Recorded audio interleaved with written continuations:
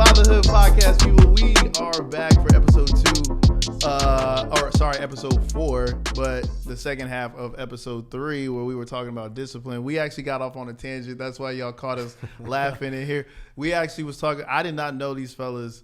We all went to the same college. Facts. Yes, we did. We pretty much had the same trajectory, and all of our friends. And it's funny how that happens, but. You know, God works, in mysterious way. And he does what he does. And everything happens for a reason. So we were talking about, I think we left off, you was making a point about how. I took a little bit of my mom that's right. and my dad and made me, and I sprinkled me in. And then you were talking, so I was, in my mind, I was thinking about how you were talking about how you were brought up and how your dad dealt with you. But you were talking about taking a little bit of your dad, a little bit of your mom, sprinkling in. It's because your kids are different than you were. Facts. So we're every one of our children are different. Y'all's children are different. His children are different. And so we can't, there's no one way. I don't want to give off the wrong type of vibe from this podcast. There's no one way to discipline a child, right? No, right. What we are doing is we're giving many different, facets of the same coin, right? Mm-hmm. Like we're basically talking like this is discipline, and you've got this many ways to discipline, and you guys can pick and choose and kind of, but you do have to understand that every child is different. Every child's different. And so, to your point, this is what me and before we had came back, this is what we were talking about. Me and my guy D. That our parents saw us as them. Like, you're my child, so you're going to do things my way, or that's it. Like, you are not you until you leave my house. Then you become a you. Right. But for right now, during these 18 years, or however long, with me it was 17, however long it is, you're me, you're mine. With us, we have learned to see our children as their own individuals. So because we see them as their own individuals, you learn that you can't discipline each child the same way. Mm-hmm. And the way I learned that is through coaching. As a basketball coach, as a football coach, I knew the player who I need to go really get into. Right. Yeah. Right? Like, I can go talk to him wild because he's going to respond. Then also know the player that I got to go be like, hey, look, man. Yeah, come on. You feel me? Like, I understand. And then I had the players where I can just look at him. Like, what's up? And so from that, I have ushered that into how I deal with my own children, because I fully understand they let them be them. And then I base how I handle them off of what they need for me to give to them. Yeah, and to piggyback off of that, it's like you said, when our parents had us, we were all generalized. And now, like you guys, it's you, your brother, your sister, your other, it's y'all. That's it. Yep. You guys were a tandem together. It wasn't me, it wasn't them. No, you guys are together. Right. So as we go through this road, like you said, these 17, 18 years, whatever, it's us. But for us, I see my daughter, and the way she responds to things is different than my other daughter. So how can I respond to both of them in the same facet and expecting the same results? It's not going to happen. And like you said, sports is perfect for that. I can't get at this guy the same way I get at him and expect him to be ready to shoot the game with a shot because he's sad now. Shouldn't have yelled at him that way. But if I would have talked to him, pumped up his spirit a little bit, he ready to go. It's game time. Now, the one that needed to be yelled at, I was too easy on him, and it didn't work, and he turned it over, and we lost. Right. Like, you got to find a balance, and I think that's the difference. Like we said, prayer. They didn't find that balance. It was just, okay, this is what it is. We getting it done this way. Now, we get to sit back because, quite frankly, we might not have liked how that was. No, that's exactly what it is. We bro. didn't like it. We didn't like it. Like you said, you took what you got from your dad. You took what you got from your mom. You put that together. Then you added who you were. It's that big part of who we are is because we're taking the things that we liked. Yes. I'm not taking all the stuff I didn't like. I didn't like the way you did that. I don't want that. But when you did that, let me have that. Wait, I didn't like that. I'm going to switch it up, though, and see if we can make it work. A little remix, but baby. I'm actually looking to figure that out. Like, I'm working, my third daughter is going to be here in December. I can guarantee she's not gonna be like my oldest, Nope. who's about to be 8, nor will she be like the youngest, who's 4. But those two are completely on different spectrums in itself. Like because so the dynamic of individualism, like he was saying, like I think a lot of it has to do with the fact that, like you said, we took the good things. So whenever our parents individualized us in that way, we felt different, right? Like we never forget the time that your dad took you by himself somewhere. Oh yeah. Like those times where it was just you and pops, you remember. That time it was just you and mom, you remember, because it's individualizing that relationship, moment. that Yeah, that moment. outside of the family dynamic, outside of your brothers and sisters. But this was just me and you. It was that one special moment. And so we now try to take that into everything, though. And I think it's just because of a lot of it. We come from sports background. I always tell people, because in the last episodes, remember, we referenced a lot of sports. You go get it. Because we come from that. Like, I come from a basketball background. Yes. I come from, an elite basketball family. I'm talking college and pros. And I come from that environment. And so a lot of the environment we're raised in has a lot of sport, It's competitive. type of vibes to it, like with the athleticism, the camaraderie, you just said it, You made me miss it. I dropped it. I'm saying that the competitiveness, together. all of it combined, and what it teaches you is the family's a team. Yes. And then you've got the coach, you've got the assistant coach, You got the players. you got the players. Yeah. Right? And our goal is to be the best we can be for whatever it is that Trying we're to win the day. do. Yeah. Right. We're trying to win the day. You're And trying to help so everybody win the day. We all want to win. And so the coach, to be a successful team, the coach and assistant coach got to be on the same page on how you discipline and how you conduct whatever. The players have to have a mindset that we got to buy in to what they're doing, because if I'm not bought in, there's conflict, and we don't fix that conflict, we're just losing games over and over again. And listen to me, I know a lot of y'all that don't follow sports are like, what are you talking about? But that dynamic, but what you're saying is so real, because even to the point of as parents, so we kind of bring it back so y'all can get it. As parents, what he's alluding to is we can't get into it in front of the kids, Right. because we can't show that we're disconnected, right? So in a moment where my wife is handling something, I won't necessarily step in, and I can totally disagree with how she's handling.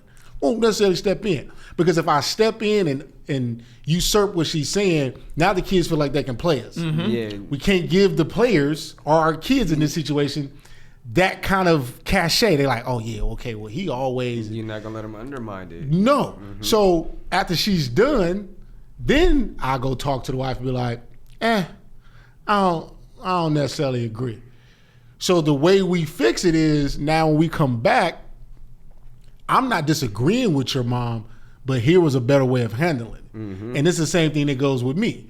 I can be doing something that my wife don't necessarily disagrees with. She won't say nothing right then and there. But then when we get behind the closed doors and we talk about it, then she'll reiterate it to me like, we could have did, or you could have did this better. And then we go back and have that new conversation. They have to understand like, oh, we've come to this decision together. Yeah, I was handling it, but now I had a chance to step out because somebody else is looking at it. And now this is the new decision based on these here actions. So then the kids can never feel like they gonna play you, because It goes that's what back they to gonna do. They're gonna try. They're gonna try regardless. But if you're showing that tandem and that teamwork, like, it's not gonna break. You can't go from one to the other. You got to show them you're together. Even if you're, like I said, your disciplinary actions can be different. You coming from two separate backgrounds. Your mom and dad, or whatever the case, you're coming from two separate places trying to become one. So everything is not going to be the same. Facts. I'm not going to have that same viewpoint. But to what you said, what you're doing or why you're doing is right, but I might not like how you did it. Facts. But I agree with you, but can we talk about something different on how? But you have that conversation. But you gotta away. But I can't from have the that kid. conversation in front of them because then I'm second guessing their mom or undermining them, and that's not what we need to do. That's not a form of discipline that we're gonna show our kids that that's okay. Because then when you tell your kids something, all right, you're gonna turn around, they're gonna come back and say, oh well, I didn't like that, so let me talk about it. That's going to question in that motive. And then it seems like the wife or the husband, whoever's interjecting, is questioning also, and so now you've open forum for everybody to question. Why are we having Come this on, is not man. a college discussion right now. Or This it is becomes, well, dad didn't do it like that. Right. Or mom didn't do it like Dad that. said that he liked it like And this. so like now you sitting there like, I don't give a damn what your mama said.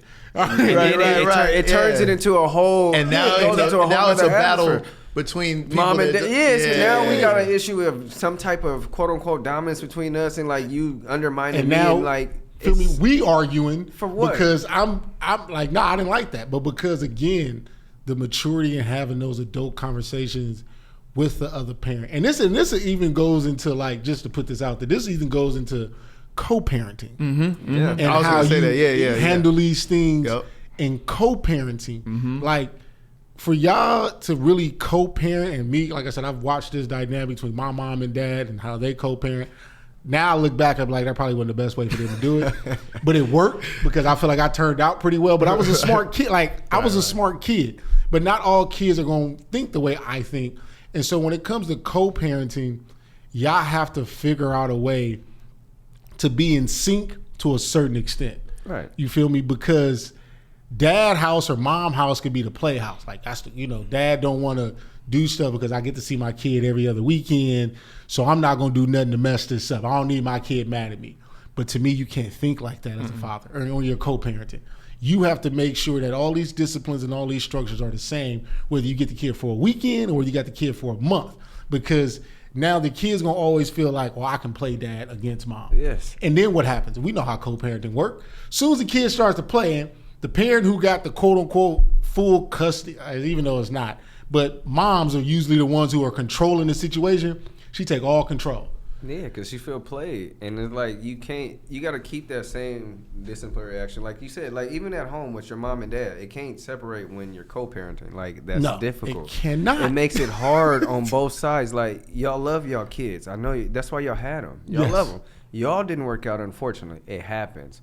But for the best, in my opinion, for your kid is keeping that same environment. You can't say, oh, I can do this at dad's house, but when I go to mom, I can't do this.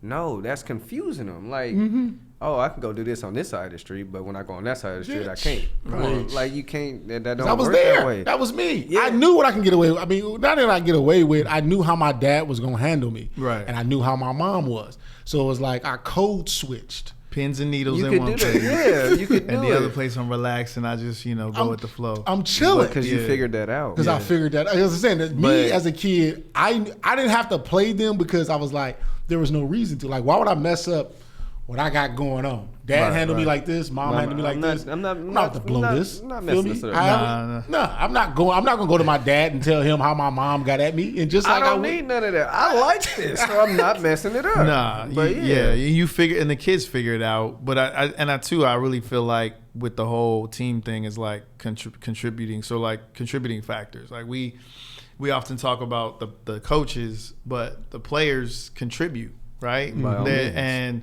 the kids have to feel like they're a contributing factor to the family unit. They gotta have skin in the game. Yeah, because if they don't, then it's just like, oh, well, this is mom and dad's thing, and this is like, no, you are a part of this. Like, so we took a picture. This is a family picture. We took it together. So obviously, y'all is a part of this. So you have to make them feel a part. And I think one of the things my wife does very well is she brings them into contributing into the family unit, and she shows them how much their contribution matters to our overall. That's dope. And so when I watch her dope. do that, then I'm like, I gotta do that more. You know what I mean? Because I see with my kids, it's like they're like, they feel like I'm contributing. She got on me about like making a big deal out of everything sometimes when they would like drop stuff on the floor or do different things, because they're clumsy they're small. They're clumsy. just 3 or what it's 4 year olds, gonna be, they're clumsy. Yeah. And so it's like, okay, well, here's an opportunity to have them contribute. So if they dropped their juice on the floor, let them go get the paper towel and clean it up clean it up, themselves. yep. So now they feel like, okay, I messed up, but I can contribute to this family, but daddy doesn't have to clean the floor. I cleaned it. Now I feel like I contributed. Like I did something. Yeah. And so like I see my kids, and so now what I do, I'm like, oh man, you dropped it all, you know. Hey, let's go get let's go get the yeah. hey Jackson, let's go get the, you know, or Jada, go get the paper towel. And then they now go get that because they got their little broom set and the little whatever. And so they go get their little thing, and you know. But again, even like I said, to go with that, it goes back to what me and Dee was talking about as far as creating child traumas that we carry for the rest of our lives. So if you continue to fuss about everything that's small, that right there is going to forever stick in their brain, and they always will look at you like, oh, here he come again. Right. Damn, like I got 2 pieces of clothes on my back. Because now you fast forward Now 13, it's 14. nitpicking, yeah. You come in there because you've always done it. You walk in that room, you see 5 sets of clothes out of place. I told you to clean up. You're like, damn, it's just Like Yeah, I was putting them up. Right? Yeah. You just walked in. You feel me? And so what we were discussing was the simple fact that these traumas stay with us. So like with me and my wife, I don't like to be yelled at because my mom yelled at me so much. I don't even like it. The minute you get to raising your voice, Right. you're going to get a reaction out of me. Right. So for Even the most if I part, wasn't mad. yeah. But so for the most part, my wife don't yell at me. So what I've learned as a parent is I try not to yell. And to me, what I explain, because like we had a situation recently where my wife was like, I don't think you should have yelled at her like that. And I was like, I hear you, but nah.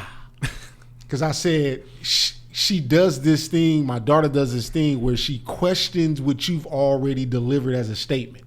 You can't question that. If I tell you that, for example, I think she asked me, she told me like something had happened. And I'm like, no, it didn't. But yet, I said, no, it didn't. No, we talking about, I know what it was. We talked about a charger that came with the iPad. She was like, I was like, where's my son's, the baby boy, where's his iPad charger that came with it? It didn't come with a charger. I said, yes, it did. No, it didn't. So I'm quiet. This is me. Mm-hmm. Yes, it did. I know what I bought. And when I opened the box, I know it came with a charger because it did not. Zimmery. Yes, it.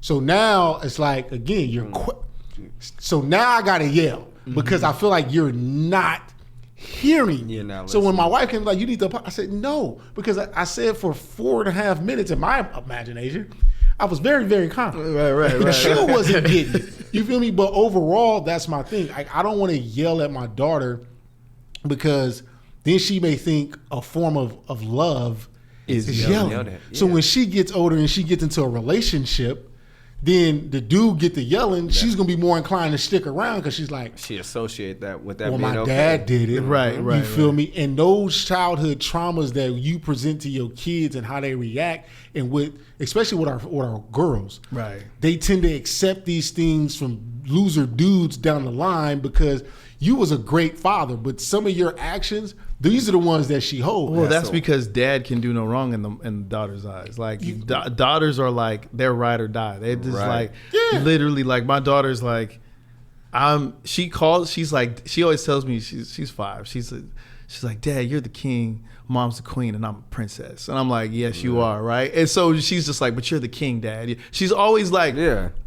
I can do she no giving you wrong. your I flowers. can't Right, do no give me- wrong. right, Your daughter gonna give you your flowers. I can't. Texas. I just came home earlier. Just came home from work. Walk in the door. The first thing my son says to me, Dad, juice, Yeah, it's a juice, command. apple juice, Yeah. juice. He asking for stuff. Yeah. She came, Daddy, I miss you. Gave me a hug. You know what I'm saying? It was totally different. So like. Hey, that's hilarious. But With girls, you have to be. It's different, and they soften us up in a way that is supposed to be, like you said, because we're a representation of the type of man that they want in their life forever, the Yes. type of husband that they'll pick, and all these Yes. different things. And Yes. so, you know, my relationship with my daughter is evolved. Like in the very beginning, because I was very much a stickler for this. I'm big on statistics. I'm just a statistic. Stats guy. I don't know why I'm a stats guy. He's an analytics guy. But sports. Is but not with sports. No, I'm an eye test guy. That's so it's so crazy. weird. How are you eye testing wow. sports It's and so not- weird when it comes to Listen sports. to this. This I'm is an eye wild. test That's guy. different. He's different. Only That's reason, how you only pick and reason, choose your battles. only reason why, because I feel like in sports, statistics can be skewed in a lot of ways to make but that could happen in parenting. No. That's just So yes and no. Yes and no. Yes and no. Just talk about the parenting because statistics. because there's intangibles and there's things that don't show up in the stat sheet. That's what I'm saying. Okay. I agree. Definitely. And what we're talking about, these stats, nothing is out of the stat. It is what it is. So Okay. you know, so like with the kids, like I saw before 5 years old, that's all the time you have with the child's brain from 0 to 5 is the most they're going to take into their brain and into their foundation for the rest. You're molding the person they're going to be for the rest of their life in that first 5 years. Yes. When they That hit is year factual. 6, it's not that they can't change. It's harder to change them Because they've been established. because they've established that foundation. And so 1000% these childhood agree. traumas that we're talking about, a lot of that stuff happens in that first 5 years. Yes. And it carries. That's why it's so crucial parenting, co-parenting, however you're doing it, in the way we discipline. Because if we elude and allow those traumas that we create as their parents to go on throughout their life, they will be completely different, opposed to us keeping a finger on them and trying to avoid them at all costs. Like my 2 girls, they gonna think daddy's the king and this is what they deserve because that's exactly what I'm gonna give them, and they're not gonna get anything less. Right. So if they see that dad giving them that way and that's how he treats mom and all the women in our lives, they won't accept nothing less than that. Yeah, and we've been trying to be more affectionate. Yeah, hey, man. Like so my wife and I we actually talked about we're trying to be more affectionate in front of the kids because I feel like we almost treat that like our own thing. Like that's our own personal time. But it's the thing is they need to see that, because my son needs to see that I treat my wife this way, and that my daughter needs to see that too. So Like, they need to this see is- us it's hugging. okay. They need to see me holding her. They need to see me doing all these different things, because that is the model that they get for future relationships that they're going to have. And I'm like, I don't look at it like that until recently, until my wife kind of put it in my face, like, hey, you know, but I was like, man, that's right. We don't really. Because I didn't see it, right? Because my mom and dad wasn't together. So I saw whoever my mom was dating at the time, and then I saw whoever my dad was dealing with, because baby mamas and my mama got baby daddies. And so, you get like what is this? So as I grew up, when you look at me, there is no blueprint, because nobody in my family is married. Nobody really in my family has successful relationships, like consistency. Right. So it's like, Most black families. you feel me? You know what I'm saying? Yeah. So like, where do I get it from? And so like with me, when I met my wife, she already had 2 kids. They were 6 and 4 at the time, right? And now, my son turns 11 tomorrow, and my daughter turns 13 in August. And so with the affection thing, like, I really didn't do it when they were younger. And then now they look at it as like an awkward thing. Like, What you doing? Like, what you doing? And so like, it's funny, but for the most part, the conversation becomes like, this is what we kind of showing you. Yeah. And we don't necessarily say that to them, but we say it to ourselves. Like, they have to see this kind of love. They have to understand That is that true. this is what, as my daughter, this is how your future husband, This is how you boyfriend should be treated. Yeah. has to treat you. Right. My son, this is how you're supposed to treat your future girlfriend Yeah, that's how to you treat a potential woman. wife. Right. You feel me? And so like I said, I just agree with you that I didn't do it enough. But now, even when we do it, because they're a little older, it's more awkward. So I would definitely agree that to do it more when they're younger, because they only process the love of it. Exactly, and it's funny because my daughter she's just like that. Like I kiss my wife and my daughter is goodbye before I leave the house every time, whether I'm going to the store or I'm going to work. Like she won't let me leave now because she saw me kissing mom and giving mom a hug and saying bye. And she's like, "Oh my God, you kiss mommy? That's so cute. Kiss mommy again. Do it again. Do it again. Mm-hmm. Okay, my turn." So like every time she sees me or I get ready to leave, Dad, where's my kiss? That's what she knows and she understands and she sees that as that affection. Yeah. So we definitely do. And I didn't understand it not with my first daughter until this one got that more vocal about it. Like my oldest, she's like, you guys stop. Like, I don't want to see that. She's like, no. She's like, I don't want. But my baby, she's like, that's so cute. Do it again.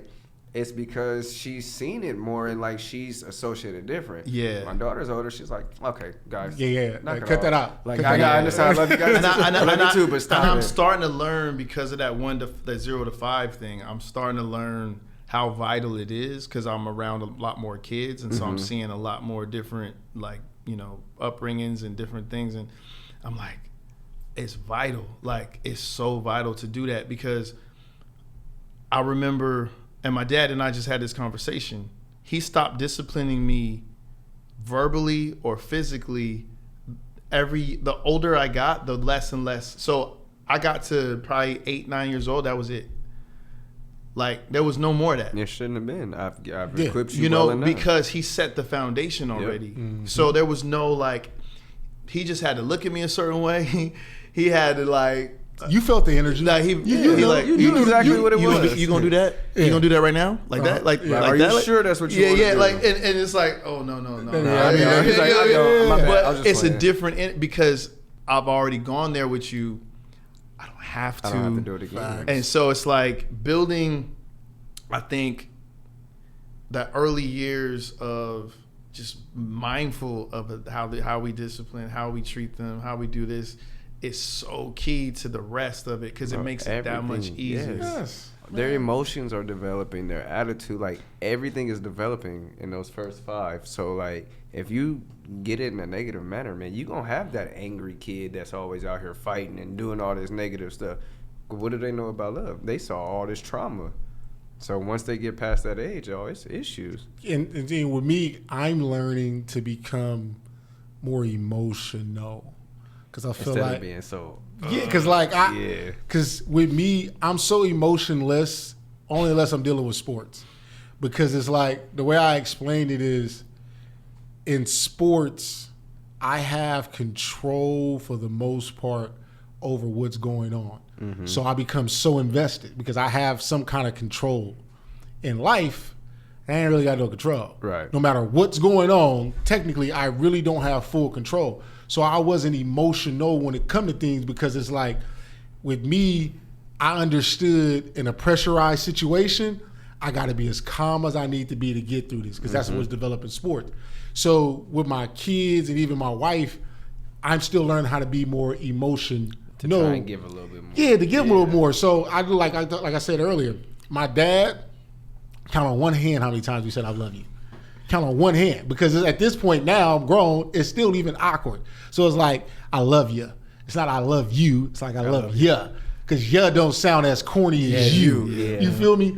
But with my son, my son, and even my daughter, it's like, I love you. And then with the baby, he don't fully get it, but I can just tell him that. And then, so now as my son gets older, when it's me saying I love you and him saying normal. I love you too, it's normal. It's not awkward. I can tell my mom I love her because I can, but my dad is I love you. And I'm mainly saying, I still don't even say it. I can do it in like I love your pops. I did a Instagram post on Father's Day, and it was like love your pops. Yep. You feel me? But I couldn't call him on Father's Day and say happy Father's Day, and then I say happy Father's Day, and we get to talking. Like that's it. You won't get the I love you, Dad. You feel me? And I can say it, but I still can't say it to him. You feel me? And so that's a part of my growth as a parent. And that's one of the biggest things that I can put out there to fathers is like, learn to do it now So then it's not awkward later. Exactly, You feel me? and that goes back to what I'm saying. It's okay to be uncomfortable. Yeah, it's okay because it's that's part what I of have to learn to growing. be. Yeah. You trying to figure it out. We don't know nothing. Yeah. We ain't never had kids. We learning. We learn as we go. Yeah, that's what life. It's uncomfortable doing tea parties. It's uncomfortable. It's uncomfortable getting my nails painted. Yeah, and whatnot, you know what I'm saying. But you got daughters, you're gonna do it. Oh, you know, yeah. I guess I'm blessed in the sense of my dad. His dad was Papa was a Rolling Stone. Like you know, his dad divorced. You know, my grandmother. And then they had a lot of kids together, and then that broke up that whole family unit or whatever. And so he was very hard. That's what I never knew him because he died when I was a baby. But everybody says he was just a hard man, just like gone. You know, like hey, yeah, like no emotion, not like none. And so my dad said that he didn't get that affection from his father. He didn't get the I love you. He didn't get the hugs. He didn't get all that. So he made it a point to do it with me early. So I had that since like a small kid, like, you know, my dad holding me or holding my hand. Well, you're lucky. Or giving me hugs. No, but saying I love you. And so what the weird part is, though, is that I don't know why it is, but the awkwardness that we have as men doing it, being the first, right? Like being the first. Like I could tell it was hard for him. It shows weakness.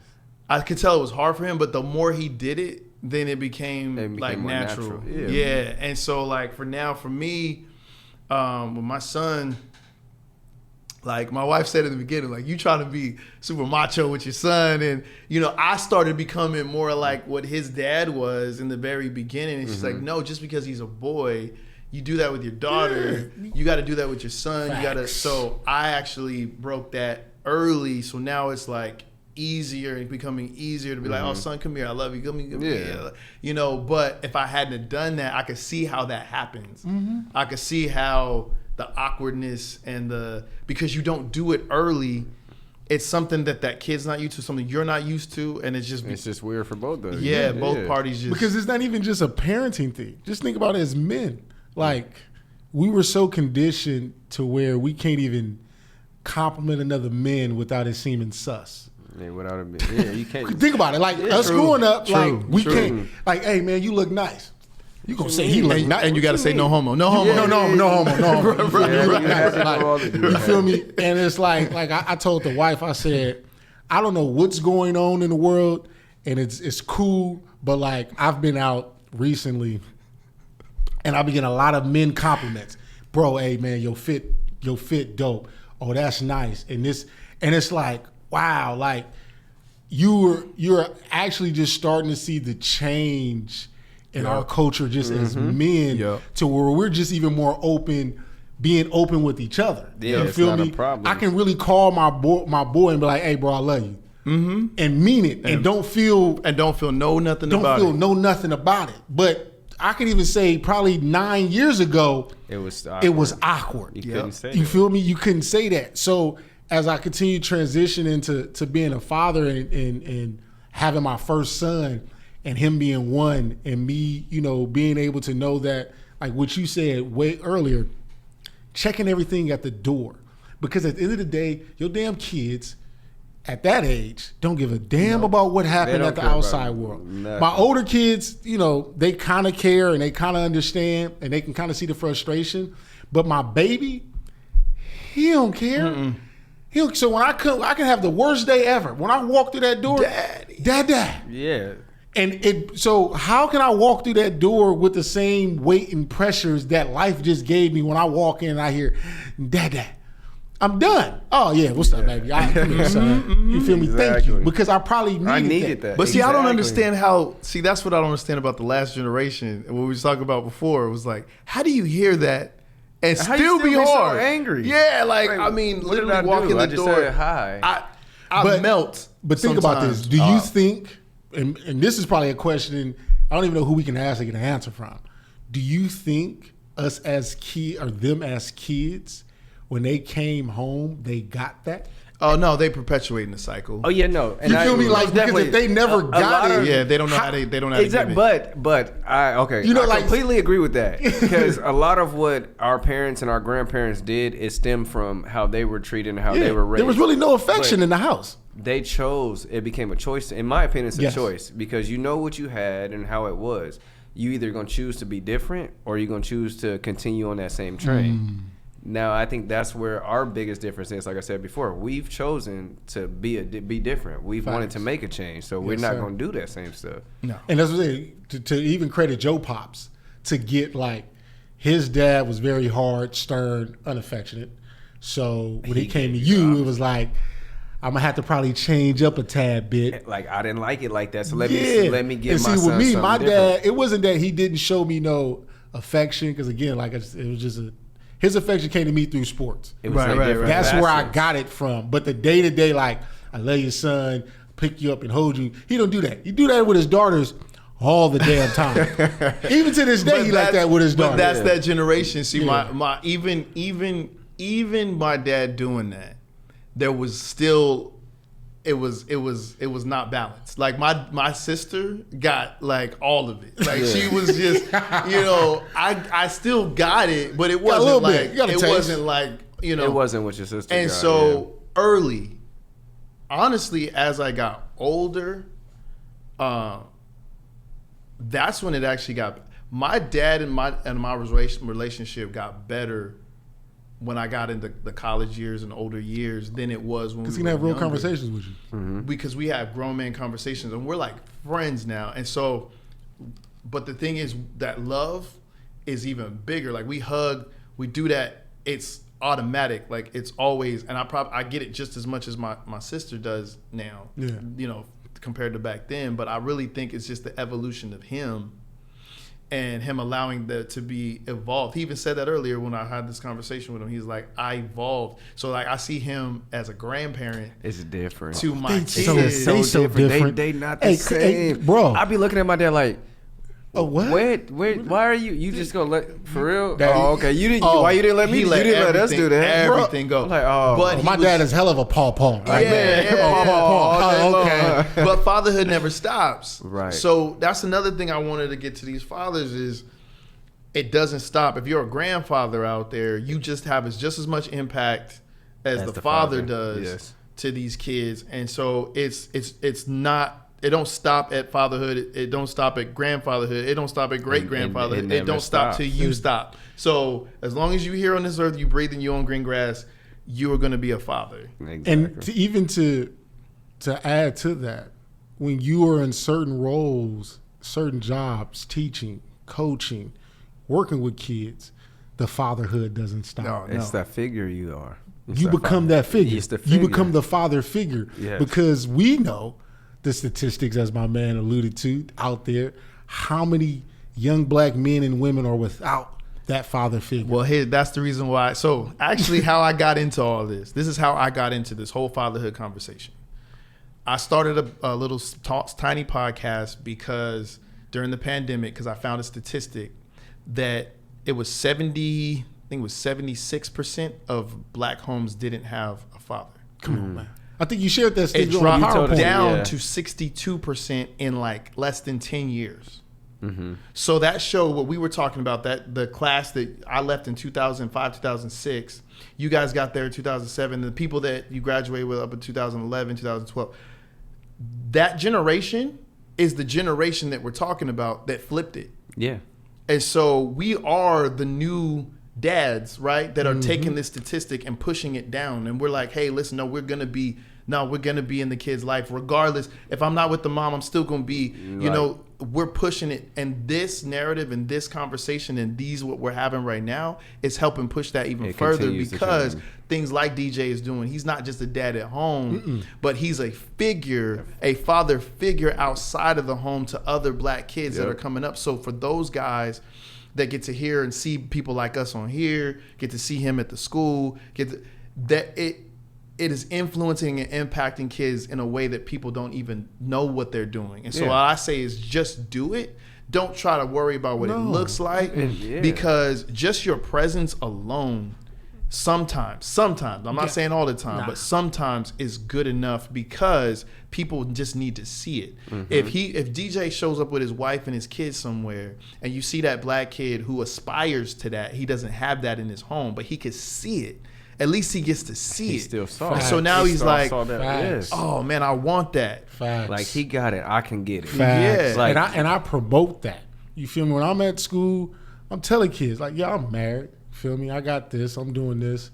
But this is what it is. This is the ultimate end goal. This is how, if we, you know, like I know it's a lot of us in here that grew up in single parent homes or is in a single parent home, but this is the end goal. This is how we supposed to do things going forward. And like I said, I preach it all the time just because it's just like I understand how it is to be a young man out here and without a father figure. Not that because I had one, but I got to see so you many. Can see the, you can all our you boys can coming see, up yes. was, you know, a family member. And with, Right. you feel me, without. And so it's so important to have positive male role models in the thing. And then the other thing is just being honest.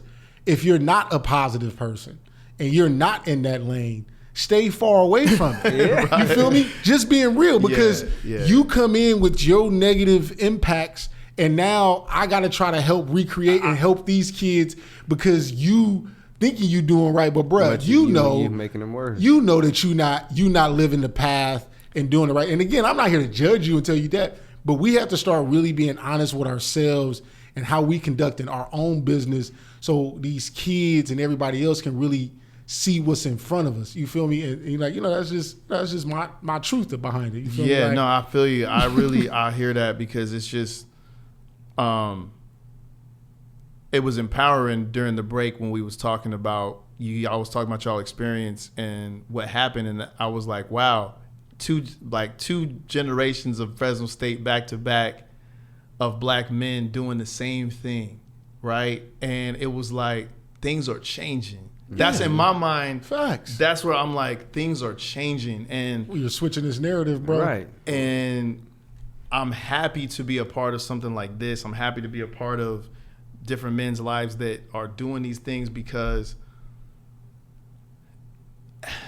I wanted to be a part of the solution and not the problem. Yeah. And I feel like, look, there are single dads out there. We're gonna have single dads on. And we got one single dad that is a super dad. First of all, this dude got like 4 or 5 boys on his own. Like it's just And be doing it. and he doing his thing. Doing And I'm it. not knocking that at all because honestly, he's being a father regardless of the situation and how it looks.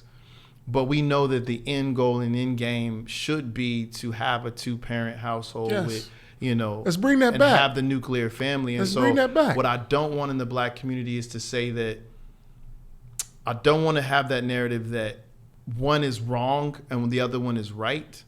What I want to have I actually do want to have that conversation. What I want to have a conversation is one is right.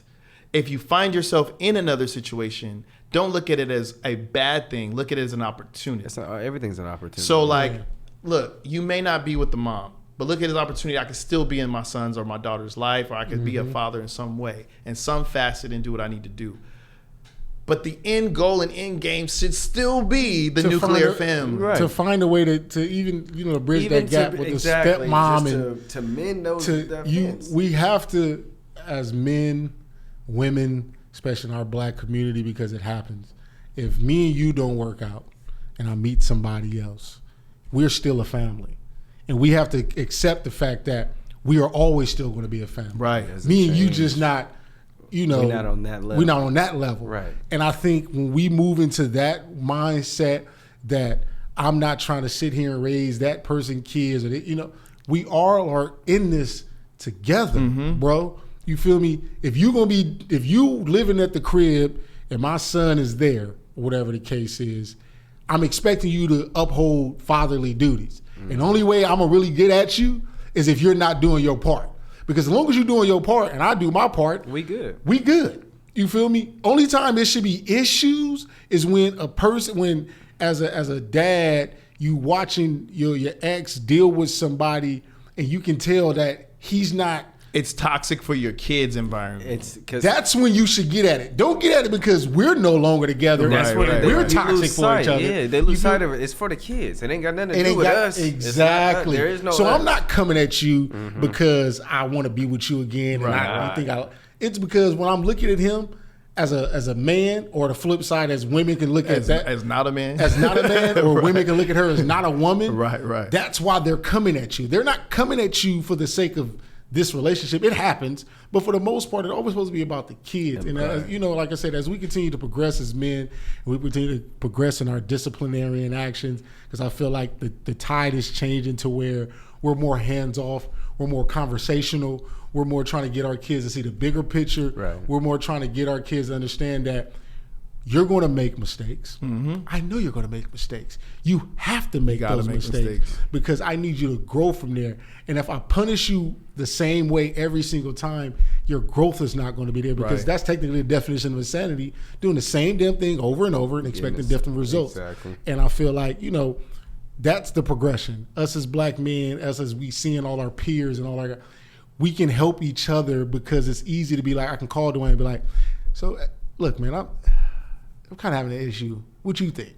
And have those conversations, because he's a married man. Right. I can call another married man Exactly. and get real advice. It's not that Exactly. I can't call my single homies, because some of them gonna give me some good advice, but it's easier to call somebody that's actually that's in this. in it. Right, You right, feel me? right, That's yeah. in it. You Right, feel me? right. Because like my daughter 13, as his daughters grow up and he may run into a roadblock, he know he can Man, call me and hey. be like, hey DJ. I don't know how you did it, but But yeah, you exactly. feel me? And these are the pockets of people you want to deal with, because now we got different situations. I got a baby.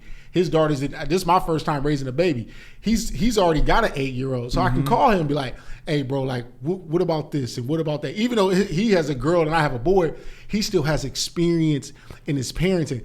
I can call my mom, but the way she did things was different than how we're doing things now. So it's easier to relate to all my guys and girls in this situation. I feel like that's the beauty of that 2000 class to where we are now. Yeah. Is that we're all so relatable in our experiences, so it makes it so much easier for us to lean on one another in these situations. Yeah, and I just I'm seeing, wow, this, because Fresno needed this. Every city needs it, but Fresno definitely needed it. I am elated at what's happening and where we're growing. I'm happy where this conversation is going. The what is the tagline? That we're changing the narrative. Oh, changing the sir. narrative. We are Yes. Changing the narrative, people. This has been another episode of the Black Father Legacy Podcast. My name is Jay Cortez. Dwayne Wilson and my boy DJ Redman. All He had to right. get you with Mr. the Too Many smooth voice. Reasons. Him smooth voice. Self, baby. And then Go, check out my man. boy DJ's podcast. We'll actually put yeah. a link in the Yeah, description. man. Check me out, man. Talk That Talk podcast, man. Available on YouTube, Spotify, and also on Apple Podcasts. Also, I got another podcast with the wife dealing with relationships and that kind of stuff, and that's called Let's Talk About It with the Redmonds. Also on YouTube. See, I'm gonna let him plug, man. Yeah, You gotta go let ahead, him get plug. him out there. man. Let 'em So, go. check your boy out, man. I'm out here talking sports. I'm out here talking relationships. And like I said, man, I just feel like, I just want to give it out. And I'm also now an ordained minister. So if you need to be married, I can host those too. Word? yeah, man. Congratulations, yeah, man. yeah, That's man. dope. So I can marry. Well, some now he people. marrying black families. Hey, Yeah, there you yeah, go. Black Hey, you babies. single and black that. fathers out there looking to get married. I got you. He got Wedding gonna be lit. Trust me. All right, y'all. All right, y'all. Till Peace. next time. To the next time.